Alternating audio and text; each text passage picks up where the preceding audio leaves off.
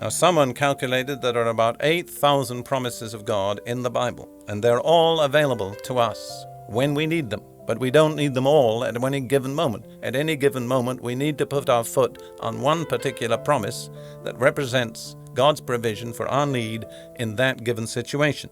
So the way I sum up 2 Corinthians 1:20 is this: every promise that fits my situation and meets my need is for me now. Let me say that once more. Every promise that fits my situation and meets my need is for me now. And remember, the ultimate objective is the glory of God. They're all for the glory of God.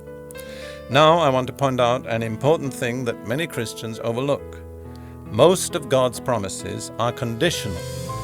In other words, in most cases, but not in all cases, when God gives a promise, He says to His people, if you will do so and so, then I will do so and so.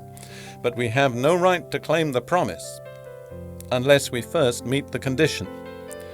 A good example of this is the promises of blessings that I was dealing with last week, found in Deuteronomy chapter 28, the whole list of blessings. But we need to bear in mind that the condition stated first of all is if you will diligently listen to the voice of the Lord your God. So if we do not diligently listen to the voice of the Lord, we have no scriptural right to claim those blessings. We have to fulfill God's conditions. Then the next thing we need to see, and this is also very important, is that the fulfillment of God's promises does not depend upon our circumstances, but upon our fulfilling God's conditions. In other words, we have to keep our eyes on the conditions, make sure that we fulfill them. We do not have to be influenced by the circumstances. What often happens to God's people is that a believer finds a promise which he needs, and he begins to claim it, and then he looks at his circumstances, and he finds that his circumstances are totally unfavorable. And so he more or less concludes, well, it's true, God made that promise, but this is not the situation in which God can fulfill that promise. Now that's totally wrong. That's where many of us lose our inheritance. We can go back again for a moment to the example of Abraham. God had promised Abraham a son of his own body who was to be his heir. He reached the age of 99 and no son had come. He'd tried on his own and all he'd produced was Ishmael, who was not to be the heir. Why did God allow Abraham to get to the age of 99 before he fulfilled his promise? Why does God often allow us to come to a position of seeming impossibility before He comes out and fulfills the promises we are claiming? I believe there are two practical reasons. Of course, there may be many more.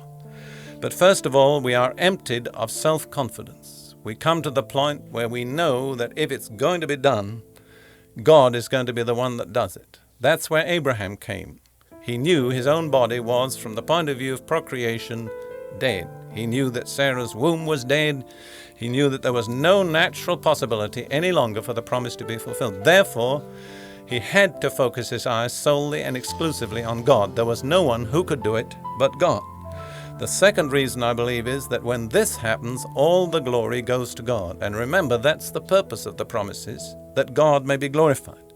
When there's a possibility that we can do it by our own effort, then we may take some of the credit for it. But when we come to the place where we know we cannot do it by our own effort, we're exhausted of self-confidence, then the glory truly goes to God.